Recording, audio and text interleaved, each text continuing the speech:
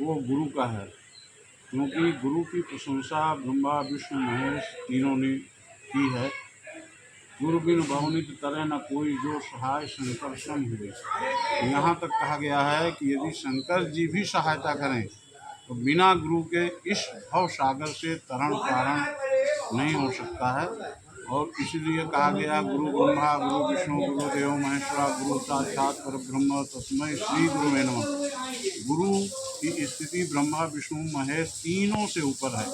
गुरु ग्रह पढ़न गए रघुराई, अल्पकाल विद्या सहाय। भगवान राम भी गुरु के यहाँ पढ़ने गए, भगवान कृष्ण भी संदीपनी के यहाँ पढ़ने गए, और गुरु के बिना उनको वह शिक्षा शस्त्र और शास्त्र की नहीं मिल पाई जिसके बलबूते ऐसे महान पराक्रमी बलशाली रावण और कंस जैसे योद्धाओं का वध हो सकता। इसीलिए गुरुओं के यहाँ शस्त्र और शास्त्र दोनों की असीमित शक्तियाँ और असीमित प्रशिक्षण मिलता था। और इन्हीं के बलबूते जब भगवान ने सृष्टि में एक संकट आया, प्रलयंकारी स्थिति आई, रावण जैसे कंस जैसे ऐसे राक्षस जो जनता जनार्दन को परेशान किए थे, उनके वध के लिए गुरु की ही शक्ति का सहारा लेना पड़ा। इसलिए इस भवसागर से, नश्वर सागर से, नश्वर संसार से यदि मुक्ति पाना है तो गुरु की शरणागति आवश्यक है। और ये मृत्यु लोग है, सारे लोगों की मृत्यु निश्चित है कदाचित कभी न कभी।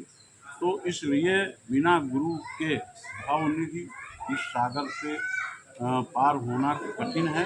और अंत में जो सहारा मिलता है व्यक्ति को, वह गुरु का ही आश्रय मिलता है, सहारा मिलता है, जिसके सहारे से वह इस भवसागर को पार कर लेता है।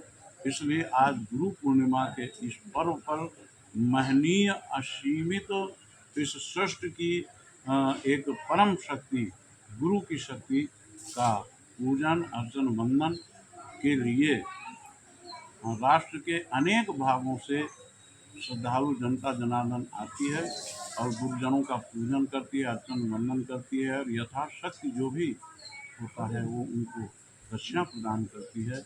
और इससे उनको यह अभय वरदान मिलता है कि जीवन जो है संकट मुक्त हो और जीवन सुखमय हो। ऐसा वरदान गुरु अपने शिष्यों को प्रदान करते हैं।